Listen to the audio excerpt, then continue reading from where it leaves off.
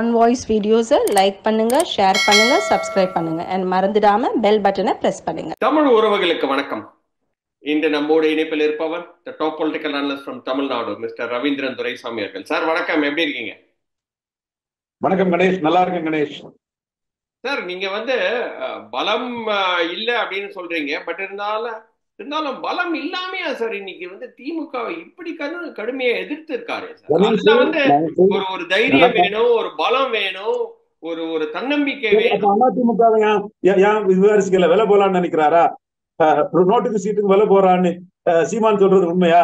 அதிமுக விமர்சிக்கல. எடப்பாடி என்ன ஊழல் செய்யாதவரா? கொடநாடு கொலை வழக்கப்பட்டியா?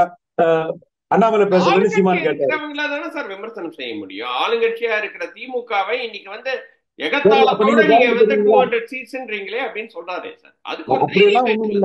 அப்படியெல்லாம் ஒண்ணும் இல்ல. விஜயகாந்த் ஜாதி கட்சியோட கூட்டணி இல்லைன்னு சொன்னாரு. திமுக அதிமுக சேர்த்தான் அடிச்சாரு. கமல்ஹாசன் திமுக உடைச்சு திமுக அதிமுக தான் வைத்தாரு. அப்போ இவரு எடப்பாடி பின்னணியில நின்று திமுக விமர்சிக்காரன் ஏன் எடுத்துக்க கூடாது? எடப்பாடிக்கு ஒரு ஏஜெண்டா நின்று திமுக விமர்சிக்கிறான் ஏன் எடுத்துக்க கூடாது? எடப்பாடியும் விமர்சிக்கிறதுக்கு என்ன பயம்? ஆளுங்கட்சியை தான் விமர்சிக்கணுங்கிறது சொத்தவாதம், சத்தில்லாத சொத்தவாதம், விஜய்க்கு சப்பக்கட்டு கட்டுற வாதம். அப்ப ஊழல் இல்லையா எடப்பாடி பழனிசாமி? எடப்பாடி பழனிசாமி கொடநாடு கொலை வழக்கு பற்றி ஏன் விஜய் பேசல? அது ஏன் பேசல? ஏன் இலவசங்களை ஆதரிச்சு பேசுறாரு? எடப்பாடி கூட கூட்டணி வச்சுக்கலாம்னு நினைக்கிறாரா? அப்ப நோட்டுக்கு சீட்டுக்கும் கொலை போறதுக்கு தான் கட்சியை ஆரம்பிச்சிருக்கிறாரா? சீமான் சொல்றாரு பாஜக பிரைம் மினிஸ்டர் ஆபீஸ்ல இருந்து சீமான விரும்புறாங்க. ஆனா அவர் பாஜக கூட்டணி இல்ல, காங்கிரஸ் கூட கூட்டணி இல்ல, திமுக கூட்டணி இல்ல, அதிமுக கூட்டணி இல்ல, யாரு கூடயும் கூட்டணி இல்லைன்னு 5வது முறை இருக்கிறாரு. இவர் வரும்போதே ஏதாவது கூட்டணி போகணும்னு நினைச்சாருன்னா சந்தர்ப்பாத அரசியல் தானே அது. சார், அவரு ஜெயிக்கணும்னு நினைக்கிறாரு, அவரோட கருத்துக்களை முன்னிறுத்துறாரு. அது தவறு இல்லையே சார். தவறு இல்ல. எதிர்த்தா வாரிசு அரசியல் எதிர்த்தா ஒரு குடும்பத்துல 3 எம்பி இருக்காங்க மக்கள் பாராளுமன்றத்துக்குள்ள. பிரியங்கா காந்தி, ராகுல் காந்தி, சோனியா காந்தி. இது வாரிசு அரசியல் இல்லையா? யாரு மகனை சஞ்சய் காந்தி கொண்டு வந்தாங்க.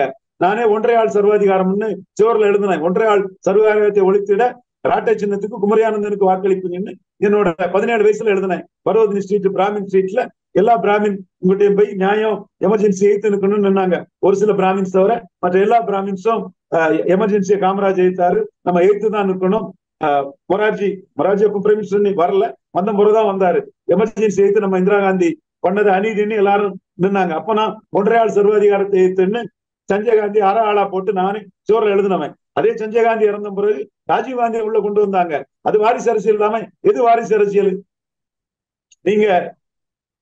நீங்க ஸ்டாலின் அண்ணா காலத்துல இருக்கிறாரு, அண்ணா காலத்திலே ஸ்டாலின் இருக்கிறாரு. சஞ்சய் காந்தி அந்த நெஹ்ரு காலத்திலேயோ அந்த சாஸ்திரி காமராஜ் தலைவரா இருக்கும் போதோ இருக்கல. இந்திரா காந்தி தான் ஒன்றை ஆள் சர்வாதிகாரத்துக்கு சஞ்சய் காந்தியை கொண்டு வந்தாங்க. சஞ்சய் காந்தி மரணத்துக்கு பிறகு இந்திரா காந்தி தான் ராஜீவ் காந்தியை கொண்டு வந்தாங்க. அது வாரிசு அரசியல் இல்லையா? அப்ப ஜோசப் விஜய் ஆண்டனியோ மைனாவை பத்தி வாரிசு அரசியல் சொல்ல மாட்டாரா? ஆண்டனியோ மைனா அரசியல் தானே சார் அவர் முக்காவாசி பேசுறாரு. தமிழ்நாடு அரசியல் இருக்கும்போது தமிழ்நாடு அரசியலை பத்தி தானே சார் பேசணும். நீங்க செலக்டிவா பேசுவீங்கன்னா உங்கள்கிட்ட கள்ளத்தனம் இருக்குன்னு அர்த்தங்க. நீங்க ராஜ்யசபா பதவிக்கு ராகுல் காந்தி கிட்ட போய் பார்த்தவங்க தான், நீங்க மோடியை பார்த்தவங்க தான், நீங்க சம்பத் சிவாஜி மாதிரி பல கலர் மாறினவங்க தான்.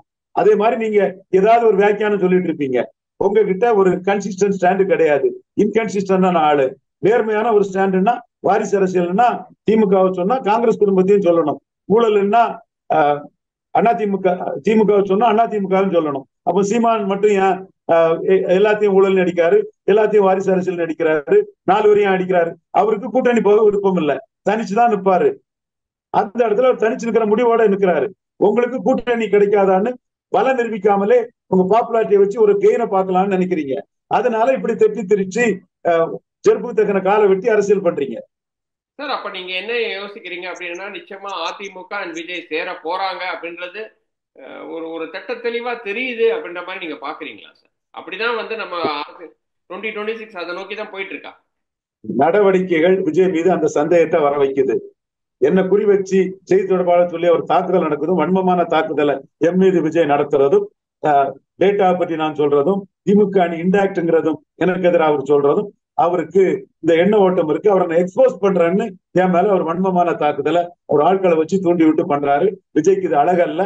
அதை திருத்திக்கிடணும், ஒரு ஆட்கள்கிட்ட சொல்லி கரெக்ட் பண்ணுங்கிறதான் என்னோட எண்ணம். அவருக்கு ஹேண்ட் இல்லைன்னா அதை கரெக்ட் பண்ணணுங்கிறது என்னோட பார்வையா சொல்றேன். அதே மீறி அவங்க தொடர்ந்தாங்கன்னா விஜய்க்கு என் மீது வண்ணம் இருக்கு, ஹீஸ் ரேட்டில்டு பை மை மூவ்ஸ்னு தான் அது அர்த்தம். அதை தவிர அதுல வேற அர்த்தம் இருக்காது. ஒரு 10 நாள் விஜய்க்கு டைம் கொடுக்குறேன், அவர் என்னவோ அதை முடிவெடுத்து செய்யட்டு. என்னோட சந்தேகம், அவர் வந்து எடப்பாடியோட கூட்டணி போறதுக்கு ஸ்கீம் பண்றாருன்னு நான் சந்தேகப்படுறேன். அதே வேளையில 210 நின்னா I appreciate you Vijay, I applaud you Vijay, I congratulate Vijay, wish you all success மனதார மனம் திறந்து பாராட்டக்கூடியவன் இதே ரவீந்திரன் துரைசாமி தான். இன்னைக்கு அம்பேத்கர் விழால கலந்து கொண்ட விஜயை நான் பாராட்டுறேன், உறுதி கூட கொடுக்கக்கூடிய விஜயை பாராட்டுறேன், இரவு பாடசாலை நடத்துற விஜயை பாராட்டுறேன், ரொட்டி பால் வழங்கக்கூடிய விஜயை பாராட்டுறேன், நலத்திட்ட உதவிகள் பணியூர்ல இருந்தாலும் கூட கொடுக்கிற விஜயை நான் பாராட்டுறேன். அதே மாதிரி 214 தனிச்சு போட்டியிடக்கூடிய விஜயை நான் மனசார பாராட்டுவேன், வாழ்த்துவேன். அதுல எனக்கு எந்த தயக்கமும் இல்லை, எதுவும் இல்லை. ஆனா நீங்க கூட்டணி இந்த தலைமையிலன்னு சொல்லும் போது எவனும் வரமாட்டான். பலன் இருக்காத ஒரு கொஸ்டின் வருது சார். என்ன கொஸ்டின் வருது அப்படின்னா, அப்ப அதிமுகவோட விஜய் சேர்ந்துட்டானா அதிமுக இன்னும் கொஞ்சம் பலம் பெற்றும்னு நீங்க வந்து சந்தேகப்படுறீங்களோ? அதனாலதான் நீங்க இதை வந்து விஜய வந்து நீங்க வந்து வேணாம் தனியா நில்லு அப்படின்ற மாதிரி நீங்க ஃபோர்ஸ் பண்றீங்களோன்ற ஒரு கொஸ்டின் வருது இல்லையா? அது விஜய்க்கு நன்மைக்காக தான் சொல்றேன். சிவாஜி மாதிரி பலம் நிரூபிக்காம ஜானகி ஆதரிச்சா சினிமா மார்க்கெட்டும் போய் அரசியலும் போயிடும். அது முடிவெடுக்க வேண்டியது விஜய். இப்படி ரவீந்திரன் திட்டத்தோடு நம்ம எடப்பாடி கூட போறதை தடுக்கிறதுக்கு தான் சொன்னா அதை நான் மறுக்கல. அதுதான் மெயின் நினைச்சாருன்னா அவர் முடிவு. சரி, அப்படிதான் முடிவு எடுக்கணும். நான் சகாதேவன் மாதிரி நல்லதுக்கு சொல்றேன். நீங்க தனிச்சு நின்னா என்ன ஓட்டு எடுத்தாலும் இந்த சினிமா மார்க்கெட் பாதிக்காது. ஹீரோவா இருக்கிறான், இன்னொருத்தட்ட சப்பார்டினேட்டா போகல. நீங்க கூட்டணி போனா சீமானே நோட்டுக்கு சீட்டுக்கு விஜய் விலை போயிட்டாருன்னு உடனே அடிப்பாரு. எல்லாரும் அந்த அந்த பிரச்சாரம் தான் பண்ணுவாப்புல. எடப்பாடி ஓட்டு உங்களுக்கு டிரான்ஸ்பர் ஆகாது, தோத்து போகும் உங்க கட்சி எல்லாம். இப்ப சிவாஜி மாதிரி அவமானப்பட்டு சினிமா மார்க்கெட்டையும் பாதிப்படைய செய்ய வேண்டியது இருக்கும். நீங்க தனிச்சு நின்னா சினிமா மார்க்கெட்ல பிரச்சனை வராது. அது எத்தனை படம் வேணாலும் நீங்க திரும்ப நடிக்கலாம். உங்களுக்கு நல்ல என்ன ஓட்டு கிடைக்குதோ அந்த ஓட்டுக்கு தக்கன நீங்க ஒரு பிளேயர். சோ தனிச்சு நிற்கிறது நல்லது, பலம் நிரூபிக்காம. ஆனா தனிச்சு நின்னா திமுக வந்துருமே சார். தனிச்சு நின்னா 100% திமுக. ஏன்னா இந்த சைட்ல என்டிஏ, இந்த சைட்ல விஜய், அதிமுக, திமுக, அப்படி திமுக அலையன்ஸ் அப்படியே இன்டாக்டா இருக்கு அப்படின்னா திமுகக்கு ஒரு வெற்றி தானே சார். அதை திமுகவை எப்படியாவது இறக்கணும் அப்படின்னு தானே அவர் நேற்றுக்கு பேசியிருக்கிறாரு. ஸோ அதனால வந்து வன்மத்துல சிவாஜி கணேசன் வீணா போனது மாதிரி உதயநிதி மேலோட வன்மத்துல விஜய் வீணா போனாருன்னா அவருக்கு முடிவாது, நான் பொறுப்பாக முடியாது, நான் பதில் சொல்ல முடியாது. சரிங்க sir. Last and final sir. அதாவது வந்து விஜய் இப்ப வந்து ஆதவ் அர்ஜுன், எனக்கு என்னமோ ஆதவ் அர்ஜுன் கொஞ்சம் கொஞ்சமா வந்து விஜயை நோக்கி போகிறாரோ அப்படின்ற மாதிரி எனக்கு தோணுது. ஏன்னா மழையில அவர் வந்து திருமாவளவனை பேசுறதை விட விஜய வந்து ரொம்ப பாராட்டி பேசியிருக்கிறாரு. இன்னைக்கு வந்து என்ன சொல்ல, திருமாவளவன் வரல, பட் இருந்தாலும் வந்து அவர் இல்லாமே இந்த ஃபங்க்ஷன் நடத்தி இருக்கிறாரு. விஜயும் வந்து திருமாவளவனை பத்தி பேசியிருக்கிறாரு. கொஞ்சம் கொஞ்சமா வந்து இந்த சைடு வராரோ, இல்லாட்டினா வந்து is he forcing himself to go there அப்படின்ற மாதிரியும் ஒரு தாட் ப்ராசஸ் வருது. உங்களோட லாஸ்ட் தாட்ஸ் என்ன சார் இருக்கு? ஆதவ் அர்ஜுனா சீமான் கேட்ட கேள்விக்கு விஜய பதில் சொல்ல சொல்லுங்க. அவரு தெலுங்கு ரெட்டியாரு, அவர் வந்து அருந்ததியர் உள்ளொதுக்கீட சீமான் எதுக்குறாரு. இது இன்க்ளூசிவா இருக்கணும், சீமான் வந்து அருந்ததியர் உள்ளொதுக்கீட இருக்கிற தவறு, இது பிரிவினைவாதம், விஜய் தான் எல்லாருக்கும் இன்க்ளூசிவா இருக்காருன்னு சீமான் கேட்ட கேள்விக்கு விஜய் பதில் சொல்ல சொல்லுங்க. நல்லா இருக்கும், சீமானுக்கும் நல்ல கெயினா இருக்கும். அதை சொல்ல சொல்லுங்க, பார்ப்போம், சொல்லிட்டு பார்ப்போம். அதுக்குள்ள ஒரு அந்த அந்த ஒரு இஷ்யூல, சீமான் கேட்கிற இஷ்யூல ஐ சேலஞ்ச் ஆதவ் அர்ஜுனா, விஜய நிலைப்பாடு எடுக்க சொல்லிருங்க, பார்ப்போம். முடியாது, நிலைப்பாடு எடுத்துக்கிட மாட்டாரு. அவருக்கு ஆந்திரா, கர்நாடகா, தெலுங்கானாவில் மடிகாஸ் படம் பார்க்கணும். அதனால சீமானுக்கு நிலைப்பாட்டை தமிழக வெற்றி கழகம் வைக்கிற விஜயால எடுத்திருக்க முடியாது, எடுத்துக்கிட மாட்டாரு. பொறுத்திருந்து பாருங்க. அதை வச்சுனாவும் அதுல ஒரு முடிவு எடுக்கக்கூடிய அளவுக்கு விஜய செயல்பட வைக்க முடியாது. இப்படித்தான் போவாங்க. இந்த மாதிரி கரெக்டா டான் டான் டான்னு இதுல எல்லாம் இப்படி போறாரு, இது இப்படி சொல்லனால என் மேல வன்மத்தை காட்டி அவருக்கு செய்தி தொடர்பாளருக்கு எதிராக ரவீந்திரன் துரைசாமிய எந்த விவாதத்துல நீங்க வந்தாலும் அவரை பர்சனல் அட்டாக் பண்ணணும்னு சொல்லியிருக்கிறாங்க. இது முறையெல்லாம் சரியில்லைங்கிறத மட்டும் விஜய்க்கு நம்ம வலையொலி மூலமா நான் குறிப்பிட கடமைப்பட்டுள்ளது. ஆனா ஆதவ் அர்ஜுன் வந்து விஜய் கட்சியில ஜாயின் பண்ணுவார்னு நினைக்கிறீங்களா? இல்லாட்டினா வந்து திருமாவளவனோட தான் இருப்பாரா? திருமாவளவன் எந்த ஒரு ஆக்ஷனும் எடுக்கல, இது வரைக்கும் மாதவ அர்ஜுனை பத்தி அது லாஸ்டா அதை எப்படி சார் ஃபீல் பண்ணீங்க? அதை வச்சுனா பழகுறதுக்கு நல்ல ஆளுதான். ஒரு தடவை என்னோட நம்ம நெருக்கமான நண்பர் மூலமா பார்த்திருக்கிறேன். எங்க இருந்தாலும் வாழ்க அதை வச்சுனா வாழ்த்திட்டு போயிருவோம். நமக்கு என்ன இருக்கு, கருத்தியல் மோதல் தானே. தனிப்பட்ட முறையில விஜய்கிட்ட என்ன இருக்கு, ஆதவ அர்ஜுனா கிட்ட என்ன இருக்கு, எல்லாம் சகோதரர்கள் தான். நம்ம மிதுன் பழனிசாமிக்கு சவாலை எதிர்த்து அடிச்சு எடப்பாடி பழனிசாமி பழனிசாமத்துக்கு நிக்கிறோம், கொண்டு நினைக்கிறோம். நம்ம மூக்கு குறுக்க ஓடுறாங்க ஆதவ அர்ஜுனாவும் விஜயும். அதனால அவங்கள நம்ம சில விமர்சனம் பண்ண வேண்டியது இருக்கு. விஜய் குறுக்க ஓடாம தனிச்சு நின்றுட்டா விஜய் நம்ம வாழ்த்தி மகிழ்ந்துட்டு போவோம். இதை விஜய் புரிஞ்சுக்கிடுவார்னு நினைக்கிறேன். பொறுத்திருந்து பார்ப்போம். சார் ஆதவ் அர்ஜுன் பேசினதை முதல் கட்டமா எப்படி சார் பாக்குறீங்க? ஆதவ் அர்ஜுன் விஜய் டைரக்டாவே நான் போயிடுறேன், நான் சுத்தி விளைக்காம. ஆதவ் அர்ஜுன் பேச்சு திருமாவளவனுக்கு ஒரு பெரிய இம்பார்ட்டன்ஸ் கொடுக்குது. விஜயும் திருமாவளவனும் ஈக்குவலுங்கிற அளவுக்கு வர்றது விஜய்க்கு பலம் தெரியாது. பலம் நிரூபிக்காதவர்னு சொன்னதை தப்பா பாக்குறாங்க. பலம் அவர் 2026 நிரூபிக்க முடியும். 234 தனிச்சு நின்னா சீமான் மாதிரி, கமல்ஹாசன் மாதிரி அவர் 39 மக்களவை, இது பவன் கல்யாண் மாதிரி, விஜயகாந்த் மாதிரி அவர் ஒரு பலத்தை நிரூபிக்க முடியும். அதுல எந்த மாற்றமும் இல்லை. ஆனா இப்ப அவர் பலம் நிரூபிக்காதவர். அதைத்தான் நாம சொன்னேன். ஒருக்கா அதுல தீபா ஜெயக்குமார், சசிகலா சொன்னது வன்மங்கிறாங்க. அது வன்மம் இல்ல. விஜய் பலம் நிரூபிக்க போறாரு, 234 நிற்க போறாரு, நிரூபிப்பாரு. அதுல எனக்கு மாற்றுப்படுற கருத்து இல்லை. அந்த நிரூபிக்காதது வரை அவர் எந்த சதவீதம் இல்லாதது 0% ஆளுதான். இதுதான் அவருக்கு பிராண்டிங் மாஸ்டருக்கும் நமக்கும் வம்பு. அவரு ஆட்களை விவாதத்துல இறக்கி விட்டு விஜய் மீது ரவீந்திரன் துரைசாமிக்கு வன்மம்னா அப்ப நானே சொல்லாம விஜய்க்கு என் மேல வன்மம், அவருக்கு மோசடியை நான் தான் அந்த உள்ளாட்சி தேர்தல் இதுல நான் தான் எக்ஸ்போஸ் பண்ணோம், எங்க டீம் தான் எக்ஸ்போஸ் பண்ணிச்சுன்னு சொல்லலாம். அப்படியெல்லாம் இல்ல. விஜய் வாழ்த்துறேன், வரவேற்கிறேன். 214 அவர் நின்னா அதை வாழ்த்தி வரவேற்கிறேன். இதுல என்ன நான் சொல்றேன், என்ன சூட்சமா இருக்குன்னு விஜய்க்கு தெரியும். மீண்டும் போக போக அதுல விஜய்க்கு நானும் செக் வச்சுட்டு இருப்பேன். அது நடக்கட்டு. ஆனா அதே வேளையில 214 அவரை வாழ்த்துறேன், வரவேற்கிறேன். அம்பேத்கர் நூல் வெளியிட்டதை அவரை வாழ்த்துறேன், வரவேற்கிறேன். அம்பேத்கரை பற்றி யார் செய்தாலும் அதை நான் பாராட்டுவேன். விஜய் செய்ததுக்கும் நான் பாராட்டுறேன். இப்போ ஆதவ அர்ஜுனா மேட்டர் நீங்க வாங்க. ஆதவ அர்ஜுனா மேட்டர்ல அவர் தனக்கு ஒரு பொலிட்டிக்கல் ஸ்பேஸை கிரியேட் பண்ண பாக்குறாரு.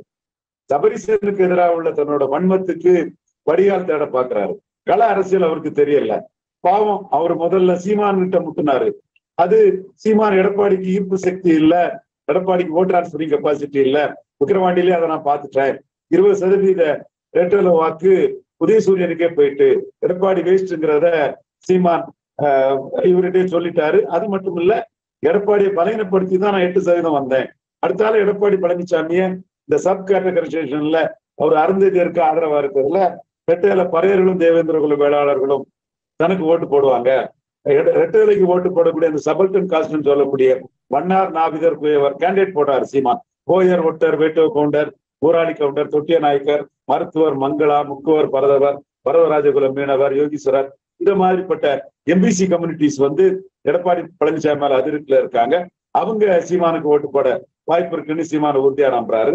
அதே மாதிரி பிசில ஏன் அதுல மாற்றங்கள் கொண்டு வரலன்னு முத்தரையர், யாதவர், செங்குந்தர், விஸ்வகர்மா, என் கள்ளர் உட்பட பலரும் எடப்பாடி மேல அதிருப்தி இருக்குது. அதை நாம அதுல ஒவ்வொரு சமூக தலைவர்களையும் பார்த்து டேட்டா கொடுத்து இதை எடப்பாடி செய்ய தவறுங்கிறத நாமளும் எடப்பாடிக்கு எதிராக இந்த சமூகங்கள்கிட்ட அவர் எம்பிசி பிரிக்கும் போது பிசிஎம் பிரிச்சிருக்கணும், அது தவறு, அநீதி, நியாயம் வழங்கலன்னு நம்ம பண்ணிட்டு இருக்கோம். சீமானும் அதுல உள்ள உண்மைகளை புரிஞ்சுக்கிட்டு இந்த செக்ஷன்ல பலையனப்படுத்தலாம்னு நினைக்கிறாரு. டாப் ஆஃப் தி ஆல் 10% இடஒதுக்கீடுல எடப்பாடிக்கு நிலைப்பாடு என்னன்னு விஜய மையமா வச்சு கேட்டு இதை பண்றாரு. சோ சீமானுக்கு கணக்கு 8-16 ஆக்கிற முடியுங்கிற கணக்கு. அது எடப்பாடி பழனிசாமியை பலகீனப்படுத்தி ஆக்க முடியும். திமுக ஒரு 4-5% வாக்கு இழந்தாலும் 2024 இழந்த வாக்குல ஒரு 5-6% வாக்கு திமுக இழந்ததுல ஒரு 4.5% வாக்கு சீமானுக்கு வந்திருக்கு. எடப்பாடிக்கு 1 தான் போயிருக்குது. அப்படி இருக்கும்போது மீண்டும் திமுக ஒரு 47 ஒரு 3-4 இழந்தா அதுல பகுதி தலைங்கிற நம்பிக்கை சீமானுக்கு இருக்குது. மேலும் என்டிஏயோட முடிவை பொறுத்து அங்கிருந்து கொஞ்சம் ஓட்டு வரும். எடப்பாடி பெரிய அளவுல நான் பெனிஃபிஷியரி காஸ்ட் ஆஃப் ஏடிஎம்கே அதிமுகவில் ரெட்டலையில் பலன் இல்லாத ஜாதிகள் எல்லாம் பலனப்படுத்த முடியும்னு சீமா நம்புறாரு. அந்த பாசிட்டிவ் சோசியல் ஜஸ்டிஸ்ல நம்ம தமிழ்நாடு ஃபுல்லா எல்லா ஜாதி சங்க தலைவர்கள், வண்ணார் சங்கம், மாரி சங்கம், மாரி செல்வம் சரி, வேட்டு கவுண்டர் சங்கம், ஊராளி கவுண்டர் சங்கம் எல்லாரும் நம்மகிட்ட பேசிட்டு இருக்காங்க. எடப்பாடியோட சமூக நீதி சூறையாடல் அரசியல்ல உள்ள பாதிப்பு அவங்க உணர்றாங்க. அது ஒரு சில சம்பவங்கள் அண்ணாமலை ஏத்துக்கிட தயாரா இருக்கிறாங்க, ஒரு சில சம்பவங்கள் சீமான ஏத்துக்கிட தயாரா இருக்கிறாங்க. இப்படிப்பட்ட ஒரு சூழல் சீமானால எடப்பாடி பழனிசாமிய மேலும் பலவீனப்படுத்தி வளர முடியுங்கிற நம்பிக்கை இருக்கிறதுனால ஆதவ அர்ஜுனாவுக்கு விவசாயத்துறை அமைச்சர் போஸ்ட் சீமானுக்கு தருவேன்னு சொன்னதை, இல்லங்க நான் இப்ப 2 மடங்கு ஜம்ப் பண்ணி போவேன், அடுத்து நான் சிஎம்ஆட்டே ஆவேன்னு தன்னோட நம்பிக்கையின் அடிப்படையில் ஆதவ அர்ஜுனாவுக்கு நோ சொல்லிட்டாரு சீமான். இது ஆதவ அர்ஜுனாவுக்கு மட்டுமில்ல, விஜய்க்கும் இந்த நோவை சொல்லிட்டாரு. தம்பி, உங்களுக்கு பலன் நிரூபிக்காதுங்க, நீங்க அரசியல் கட்சி ஆரம்பிக்கீங்க, ரெஜிஸ்டர்ட் பார்ட்டி வச்சிருக்கீங்க, நான் ரெகனைஸ்ட் பார்ட்டி வச்சிருக்கிறேன். நான் இந்த ரெகனைஸ்ட் பார்ட்டியோட என்னோட பலத்தை 2ஆ கொண்டு போக முடியும். எடப்பாடி கூட போய் என்னால அரசியல் பண்ண முடியாது. நீங்க எடப்பாடி கூட போய் அரசியல் பண்ணா உங்களுக்கு நஷ்டம் தான் வரும், உங்க சினிமாவை பாதிக்குங்கிறது அவருக்கு சொல்லி அனுப்பிட்டாரு. ஸோ உதயநிதி ஸ்டாலினுக்கு எதிரான விஜயும் சபரினுக்கு எதிரான ஆதவ அர்ஜுனாவும் 8% சீமான கூட்டணி கொண்டு வரலாங்கிற முயற்சியில முதல் தோல்வி அடைஞ்சிட்டாங்க. அடுத்து திருமாவளவன், அப்ப நான் மட்டும்தான் சொன்னேன் திருமாவளவன் தன்னை சீஃப் மினிஸ்டரா சொன்னா வருவாரு அல்லது ஸ்டாலின் கூட நின்று வருவாருங்கிற அந்த இதை நான் மட்டும்தான் சொன்னேன். இன்னும் விஜய்க்கு இடம் இருக்குது, நீங்க திருமாவளவன் சிஎம்மா சொல்லலாம். உண்மையிலேயே உங்களுக்கு திருமாவளவன்ல பற்றும் பாசம் இருந்ததுன்னா அங்கீகரிக்கப்பட்ட கட்சி தலைவர், சுமார் 2-3% வாக்கு பலம் கொண்ட திருமாவளவனை நீங்க சிஎம்மா சொல்லலாம். அது வாக்கு பலத்தை பார்க்காதீங்க, ஒரு அட்டர்னி பிரிவு மக்கள் ஒருத்தரை சிஎம்மா சொல்லக்கூடிய ஒரு பெருமை உங்களுக்கு கிடைக்கும், அதை செய்யலாம். அதான் ஸ்டாலினை தோக்கடிக்கணும்னு நினைக்கக்கூடிய உங்களுக்கு இதுல என்ன பலன் வந்துட போகுது? ஒண்ணும் வராது. அப்ப அவங்க அதை சொல்லவும் மாட்டாங்க. சோ இந்த சூழ்நிலையில ஆதவ அர்ஜுனாவோட 2 முயற்சியும் களம் தெரியாம அவர் காலி ஆயிட்டாரு, மழுங்கி போச்சு, அவுட்டு, 2 இதுவும் அவுட்டு. இதை தாண்டி ஆதவ அர்ஜுனா ஒன்னும் பெரிய மூவ் பண்ணிவிடவும் முடியாது. நிச்சயமா சார், ரொம்ப ரொம்ப நன்றி. ரொம்ப லேட்டு, உங்களுக்கு தெரியும், கிட்டத்தட்ட 12:30 மணி மேல ஆயிடுச்சு நைட்டு. எங்களுக்காக உங்க டைமை ஒதுக்கி இன்டர்வியூ பண்ணதுல ரொம்ப ரொம்ப நன்றி சார். இன்னொரு வீடியோவில் சந்திக்கிறேன். இந்த வரை நன்றி, வணக்கம்.